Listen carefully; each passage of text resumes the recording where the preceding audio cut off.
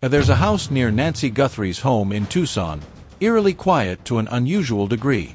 The residents had left, leaving behind a void filled with silence. For weeks, the FBI scoured every corner, every door, while the family held their breath and the entire nation watched. The house stood there, empty, yet as if observing everything around it. An empty house, or a silent witness to secrets that have never been revealed. To the casual eye, it was just another empty house on a quiet street. Nothing to see, nothing to suspect. But the title of this video asks the question no one has answered. The house next to NY's was not empty. What was inside? No official source, neither the FBI nor the Pima County Sheriff, has disclosed the truth. But forensic science tells a story that walls and floors cannot hide. Experts who have spent decades on cases like this know that every place used as a staging ground leaves behind traces. Traces that survive no matter how clean or hurried the departure. Human biology guarantees it. Today, we'll step inside that house, not in person, but through the eyes of science. Room by room, evidence by evidence, we will uncover what remained. Because anyone who used that house to plan what happened to Nancy Guthrie left a record behind, and it is waiting to be discovered. The FBI's evidence response teams exist to uncover exactly the traces that tell a story. Before we dive in, a note: everything presented here is based on publicly reported information, from named journalists, retired law enforcement experts, and official statements. No individual has been charged or identified as a suspect in Nancy Guthrie's disappearance. All forensic analysis shared in this video reflects what investigators examine in cases like this, not confirmed discoveries. We are asking the same questions the FBI is asking. Part 1. Anton reported that agents were specifically asking neighbors about a property in the neighborhood that had been vacated by its occupant prior to Nancy's disappearance. He was careful about what he did and did not say, and that distinction matters enormously. This was not confirmation that the house was connected to the crime. It was confirmation that the FBI wanted to know more about who had lived there and when they left. Both points are significant. And one detail often overlooked: Anton's report did not focus on a single property in isolation. The investigation went deeper. At the same time, the FBI was asking neighbors for the names of every contractor and construction worker who had worked on homes under construction in that neighborhood. In the days and weeks leading up to Nancy Guthrie's disappearance, agents were seeking specific names. No general descriptions of activity, no vague timelines. Investigators wanted individual names matched to individual projects, tied to precise dates. That level of detail, workers by name, by project, by day, does not come from a routine neighborhood canvass.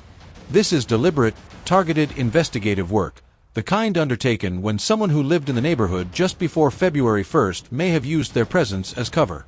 A cover to observe. Cover to plan. Cover to be present without drawing suspicion. Consider the implications. The FBI isn't asking broad questions. They are asking for names.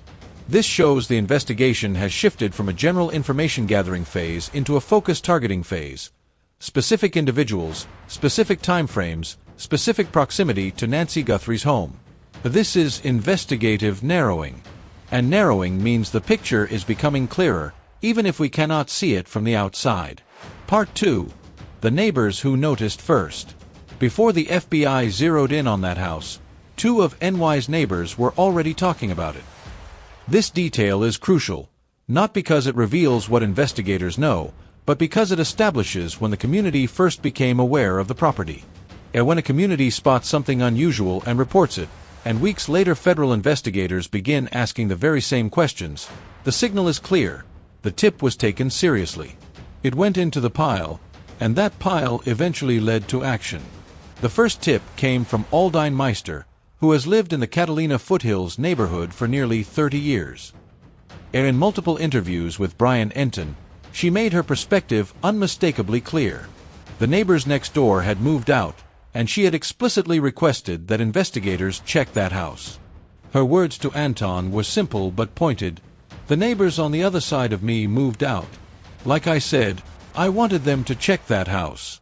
This was not a vague concern, not a passing thought. It was an active request she had already made to law enforcement. 3 decades in a neighborhood gives a person a level of calibration impossible to replicate. You know the rhythms, the cars, which houses turn over renters and which remain stable. You know what a normal vacancy looks like versus something that raises alarms. Aldine Meister's instincts were finely tuned to her environment, and that environment was sending a clear message. This house needed to be investigated. Critically, she was also the woman who reported seeing a stranger in the area approximately 2 to 3 weeks before Nancy Guthrie disappeared. Not a resident, not a recognized contractor, someone moving through the neighborhood in a way that immediately registered as wrong. She couldn't make out his face, but she remembered the hat. She tracked him visually and came to one clear conclusion. He did not belong. He just didn't fit. She told Anton, "When you've lived somewhere for 3 decades, you know what belongs." Holding both observations together, a stranger who didn't belong seen in the neighborhood 2 to 3 weeks before the abduction, and a rental property that emptied in the same window.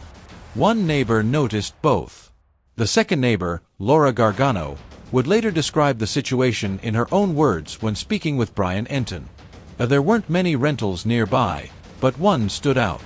Its occupant had moved out just days before Nancy Guthrie disappeared. One neighbor noticed the car was gone and confirmed with others. They agreed the house had emptied. Her security camera didn't cover the property, but she saw enough to sense something had changed, and she called investigators. Even if it seemed minor, seeing something meant saying something. Combine that with another neighbor who had spotted a stranger weeks earlier. 2 perspectives, same neighborhood, tracking unusual activity from different angles. No hard evidence, just observations. And 6 weeks later, the FBI was asking exactly the questions these neighbors had raised. Not coincidence. Part 3. The staging location. Bob Krygier, former Pima County SWAT commander, explains that a vacant property like this could serve as a home base for suspects, an ideal spot to plan, observe, and operate without drawing attention. A vacant house can give someone a perfect cover story, being there multiple times, at different hours, without raising suspicion from neighbors, passing traffic, or anyone noticing a car or a light. What makes it valuable is its mundanity. Living in a house provides a reason to be there, and that reason lets a staging location operate under the radar. Inside, a person can observe the neighborhood, track activity, and monitor patterns, everyone's comings and goings, including Nancy's. Bob Krygier, former Pima County SWAT commander, explains that this is not theoretical. This house offered operational insight. Timing of lights, departures, arrivals, security routines, details that build when someone carefully watches before acting. Premeditation shows itself in these patterns, not a single observation. Staging locations require repeated presence, a base within visual range, and exactly the conditions Krygier described. In this case, all signs point toward one woman, an 84-year-old living alone with a predictable routine, less than a quarter mile from the property the FBI is now investigating. Part 4. The anatomy of a staging location. If that house was used for surveillance, planning, or any operational purpose before February 1st, it left a trace. This isn't speculation, it's forensic science, the very reason the FBI's evidence response teams exist. First, biological material. Every person sheds tens of thousands of skin cells per hour, leaves hair, saliva, and sweat on surfaces they touch or touch themselves. Even temporary occupancy, just a few weeks, creates substantial deposits on floors, furniture, and door handles. A biological material accumulates in carpets, upholstery, wood grain, door frames, windowsills, and chairbacks. In forensic terms, this becomes touch DNA, left behind simply by being present and touching surfaces, not by any violent act. As someone observing from a window, sitting in the same chair repeatedly, or using the kitchen leaves DNA on frames, glass, counters, and handles.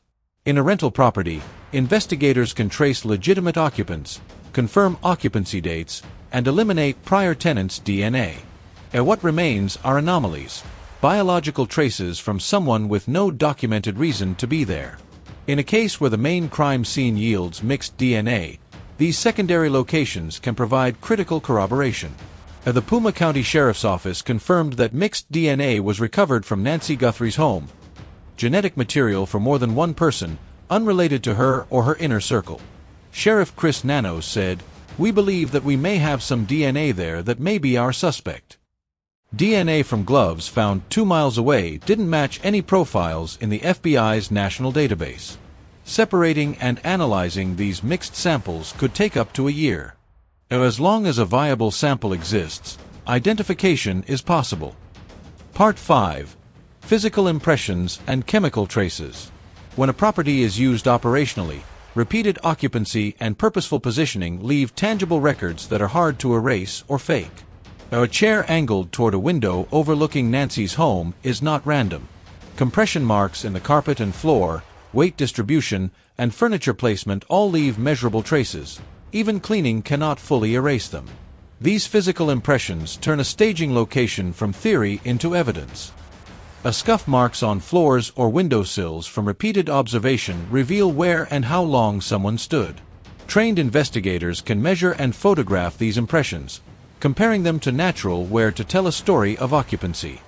Chemical traces are next. Food wrappers, water bottles, cigarette butts, or anything handled during surveillance leave DNA and residue. A cigarette butt in a non-smoking rental, or a bottle with saliva, becomes an immediate forensic anomaly. Federal investigators also track olfactory trace evidence, scent signatures, body chemistry, and residues from food or products, which settle into carpets, furniture, and walls. Every presence leaves a layer of proof, even what the occupant never meant to leave behind. In FBI investigations, K-9 units guide evidence collection. A dog alert on a visually clean area points investigators where to swab, where a body or occupant spent time. In a vacated, even cleaned property, K-9 detection can reveal paths and positions of people unknown to the owner, uncovering DNA that visual inspection alone would miss.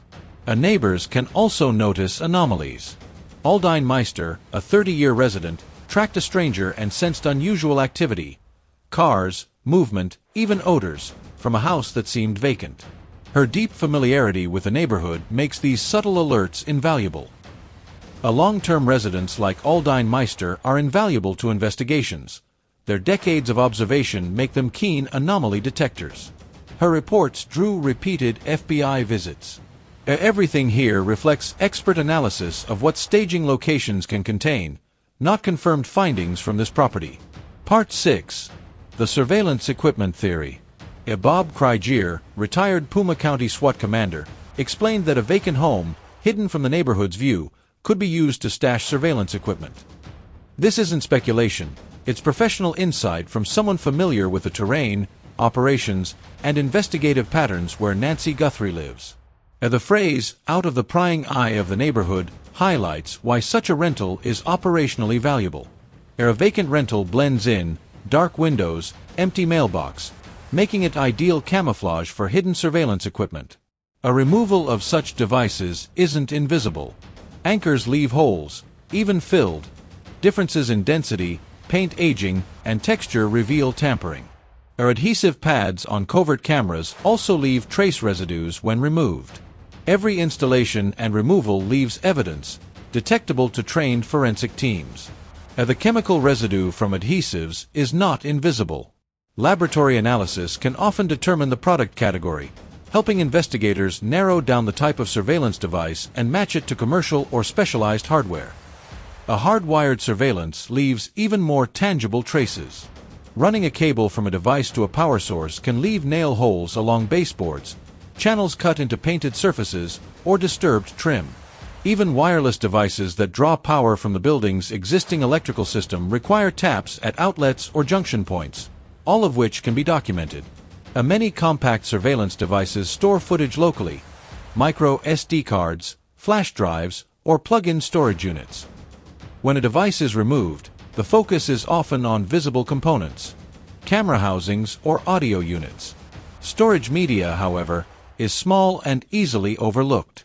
It can remain behind baseboards, in wall cavities, or hidden within hollow sections of the structure where the device was anchored. If left behind, such storage could contain weeks of footage capturing Nancy Guthrie's property. Her front door, driveway, comings and goings, the observations someone would use to plan what happened on February 1st. And to be absolutely clear, we do not know whether anything like this was recovered. The FBI has not disclosed the results of their forensic processing of that property. What has been described here is the forensic methodology, the categories of evidence any competent evidence response team would systematically search for, based on the operational framework Bob Krieger outlined publicly. Part 7. The FBI's Evidence Response Teams. The forensic significance of all this lies in the caliber of the team handling the property. ERTs are not general investigators. They are specialized units trained in digital forensics, biological evidence collection, physical trace analysis, and chemical identification. And when an ERT processes a secondary crime scene, every category is examined, every room, every surface, every system, simultaneously. In an active federal abduction investigation, a secondary property is treated as a full crime scene, not a cursory inspection. ERTs arrive equipped with collection kits, UV lights, chemical swabs, digital forensics hardware, and rigorous photographic protocols. Chain of custody begins at the threshold, ensuring every trace is documented. Even aspects not publicly discussed, like digital evidence, would be examined. Every device that connects to a home Wi-Fi leaves a unique MAC address in the router's log. If the property had active internet during the period of alleged occupancy, any connected device could leave a digital artifact. These records can be obtained from the ISP via subpoena, adding another layer of recoverable evidence. FBI routinely subpoenas ISPs for internet records. The same principle applies to cellular activity.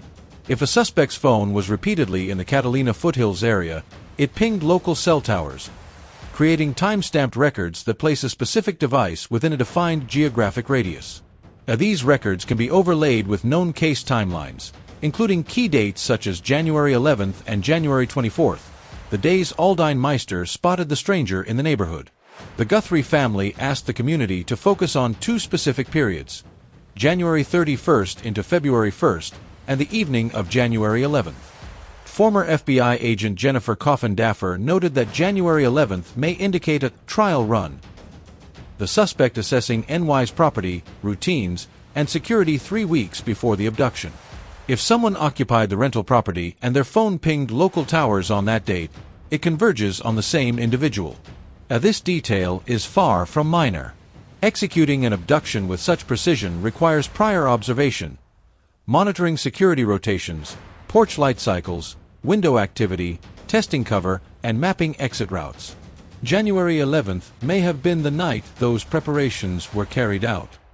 If someone used the vacant rental as a base in January, their activity, every visit, approach, and departure, could be recoverable through the same forensic and digital channels applied to the final days of the month. Cell tower records persist in the infrastructure. They do not vanish, and the FBI has both the subpoenas and technical capability to access them. Part 8. The DNA cross-reference. Bringing it all together, we see how a secondary property transforms the case. Biological material, physical impressions, surveillance traces, and digital footprints do more than add evidence. They redefine the evidentiary framework. The FBI already possesses DNA from inside Nancy Guthrie's home. Pima County Sheriff Chris Nanos confirmed this publicly and stated that it may belong to the suspect. The sample is mixed, creating challenges in separating profiles, a process that could take up to a year. Investigators are employing genetic genealogy to overcome these challenges. Experts like C.C. Moore describe it as eventually solvable with the right sample. Digitized profiles uploaded to databases such as GEDmatch or Family Tree DNA, tracing relatives of the unknown contributor, and building a family tree backward to identify a living individual who can provide a voluntary comparison sample. This is the same method that identified the Golden State Killer and Brian Koberger in the University of Idaho murders. It works, though it can take considerable time. But there is another path, one that does not rely on the quality of the New York home DNA sample or the suspect's family representation in public databases. A second crime scene provides that path. If the vacant house next to NY's was used as a staging location, occupied, surveilled, and operational, then it is no mere neighborhood anomaly. It is the scene where the abduction was planned. Forensic processing could recover biological material, touch DNA from windowsills, furniture, and other surfaces a suspect contacted over weeks. Investigators would then have DNA from two separate crime scenes. The comparison is straightforward. Does the DNA from the vacant property match the unknown profile from NY's home? Does the same individual appear in both locations? Two independent crime scenes. Two independent collections. Two separate chains of custody. In federal prosecution, the value of cross-scene DNA is immense.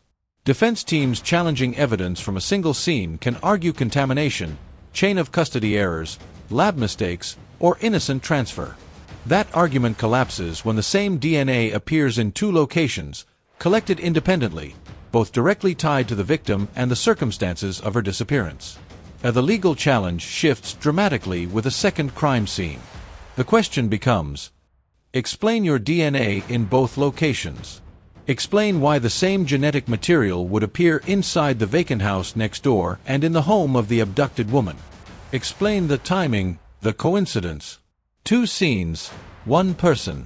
That is why a secondary property is more than just additional evidence. It is a separate evidentiary framework. I want to be clear about the limits. Nothing confirms the FBI found DNA in that vacant house. Nothing confirms surveillance equipment was recovered, and nothing confirms a match. What I am describing is the forensic methodology, how any competent investigative team would approach a staging property, not what was actually found, or what it would mean if it were. Part 9. The construction worker thread. One aspect of Brian Enton's reporting deserves more attention: the FBI's targeted investigation of contractors and construction workers. They were not just asking about the neighbor who moved out. They were asking residents for the specific names of every worker involved in houses under construction in the weeks before Nancy's disappearance. Enton noted the striking specificity.